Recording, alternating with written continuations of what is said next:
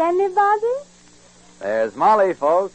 That means your friends the Goldbergs are here. Brought to you by Does, the new kind of soap for everything in your wash. First, let's drop in on the Dozen family.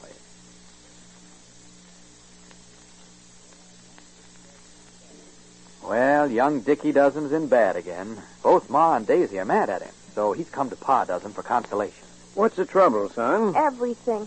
Say, Ma's still using Does, isn't she? Your Ma wouldn't think of using anything but this new kind of soap. Does everything in her wash. Well, why'd her and Daisy get so peeved then? Heck, does your work shirts and slacks, don't it? Yes. And Ma's sheets and Daisy's red rayon blouse. Everything, Dickie. Is that what you and Ma and Daisy were arguing about? Not exactly. You see, me and the gang were playing commandos, and I borrowed Daisy's red rayon blouse for our flag. Oh. It got sort of dirty. But gosh, I told her Does would get it bright and clean. Don't worry. Ma says Does is safer for the nice colors she washes. Actually gives them longer life. Well, why'd Ma get so mad then? All I did was use one of her sheets to make a tent for us commandos. It got kind of black. But great creeps, Ma's always bragging about how white Does sheets and towels, ain't she? Sure. That sheet'll come out all sparkly white. Ma's always saying she's never had whiter washes than Does. And didn't you say Does gets your dirtiest work shirts and slacks clean as a whistle? Uh-huh. With no hard scrubbing? That's right. Oh, swell. What's my work shirts got to do with this, Dickie? Nothing. Good. It's your Sunday slacks. What? I got 'em kind of black and greasy using them for my commando uniform. Dickie does 'em. Now, Pa, you know Ma says no soap gets dirt out easier than Does. You ought to have a licking for wearing those slacks. Why, I never even had 'em on yet myself. But, Pa, don't do anything rash. You know you said Does everything. He's right, Pa. Why, Does is the only leading wash day soap that gives longer life to colors, unsurpassed whiteness for towels, and real cleaning power, even for the grimiest wartime work clothes. Does more. Does everything.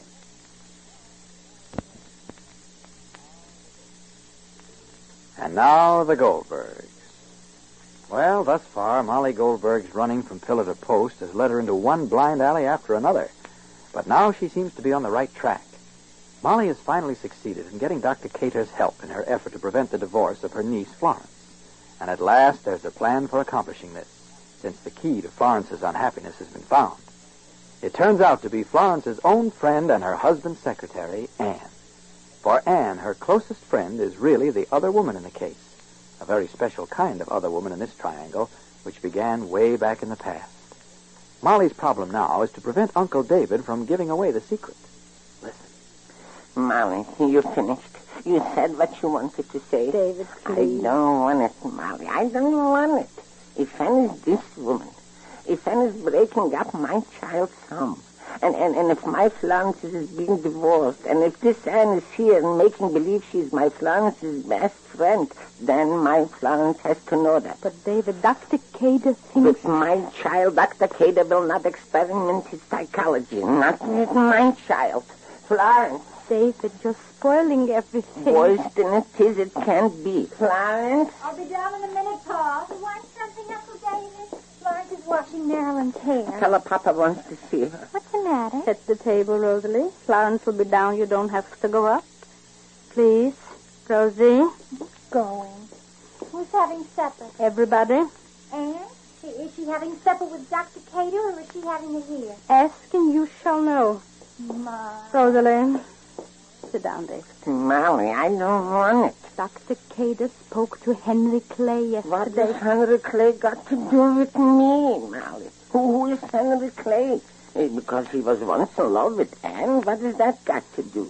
If you'll sit quietly, David, and if you'll listen to me... If Anne is in love with my Florence's Eugene, she's not going to fall in love with somebody she knew 15 years ago. Dr. Cater invited him here to Glastonbury, David. Dr. Cater must think something is possible. I don't want it, Molly. I don't want it. Maybe Eugene will come also. Dr. Cater wants them both here at the same time. It's nonsense and it's foolishness. Science, David, is the science of the mind. Nonsense.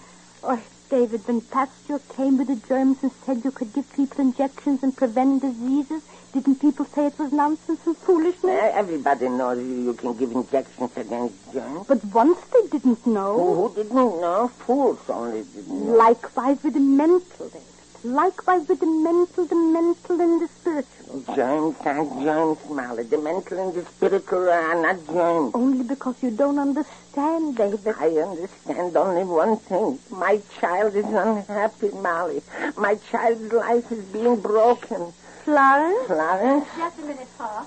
Where do you keep your big towels at? Upstairs, darling, Florence. Upstairs where the linens are on the top shelf. Florence. Florence will be down in a minute, David. What is it, Papa? When you come down, Florence, Are you dear. feeling well? Florence, are you getting a towel, or do you want this child to catch cold? The children are catching cold, darling. I'll be down in a minute, Pa.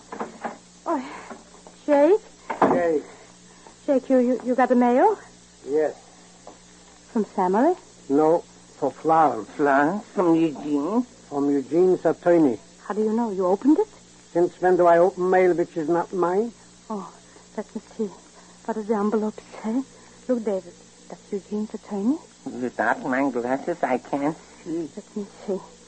Attorney Flo, Alex Monroe. That's the name, Monroe? Mother, that's the name. Oh, David, maybe don't give it to Florence yet. Why are you assuming that you know what's in the letter? What can it be?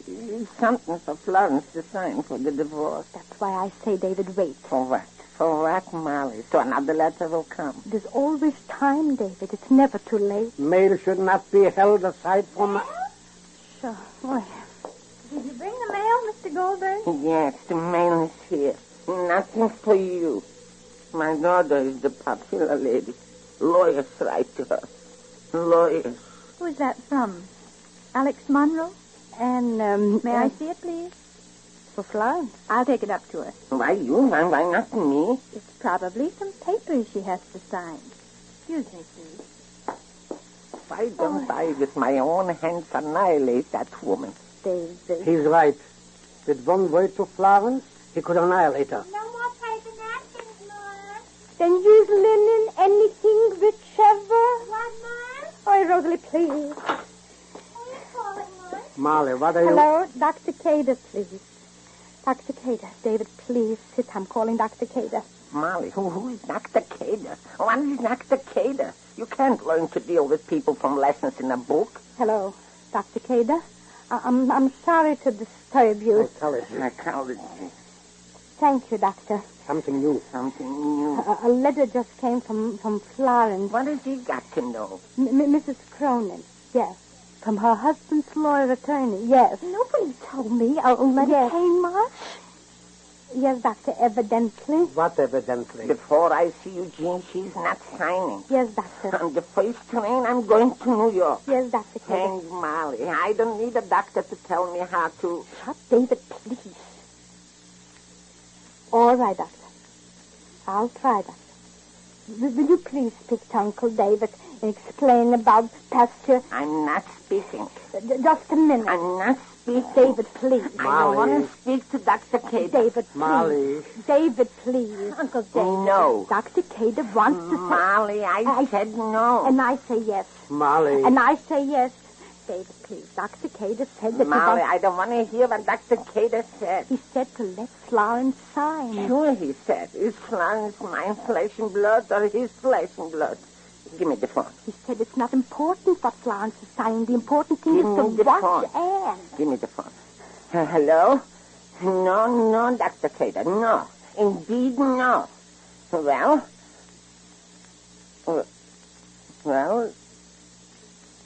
Oh. I'm listening. I'm listening. All right. Goodbye. I'm getting a pen, Florence. Florence? Well, Papa, it's all over now. When I sign this, it begins suit for divorce. It's the beginning. It's like hanging a sign over your house and saying, this married life is officially finished. All done. We failed. This is a house of failure. I thought I was a good wife. This paper proves I'm wrong. It's official. beginning of the end. All the time there was somebody else he loved. Another woman. Oh, Eugene. Florence, everybody's been upsetting you. I wish you people who love Florence so much would let your love permit her to find her own happiness. You're all so prejudiced in favor of a marriage which simply doesn't exist anymore. It died years ago. Maybe it never really began. Maybe. Sit here, Florence. After all, you're still young. Here's the pen. And it's right, Florence. 1,000 times. Don't cry, Florence. Let the other woman cry. She'll have more to cry about soon than you have. And Florence signs. But all eyes are on Anne as she watches the success of her long years of planning. A success that may be on the verge of a turnabout, ending in personal defeat and tragedy. Even on the darkest day, some folks seem to find sunshine. She said, Some girls are popular just because they're beautiful. Oh, but not me. I'm like Duz. I make a hit because I'm a hard worker. Well, Cousin Dozen, there's no harder working soap anywhere than Duz. Why, ladies, this new kind of soap does everything in your wash. From the grimiest wartime work clothes and streaky towels to your prettiest rayon undies. Duz is the only leading wash day soap that combines so much safety for colors with so much cleaning power for tough dirt, plus unsurpassed whiteness for towels and linen. Try Duz, even in the toughest wash. Duz everything. And don't forget, if your dealer is out of Duz, he'll have more soon. Meanwhile, make good use of your Duz. Soap contains vitally needed war materials, so always wash several loads of clothes in the same Duz suds. See that every bit of Duz you use does more. Be sure to listen to the next episode of The Goldbergs. Molly begins preparing for the great explosion to come. The arrival of Clay and Eugene. This is Clayton Collier speaking, and reminding you to do as the dozens do. Let Duz, the new kind of soap, do everything in your wash.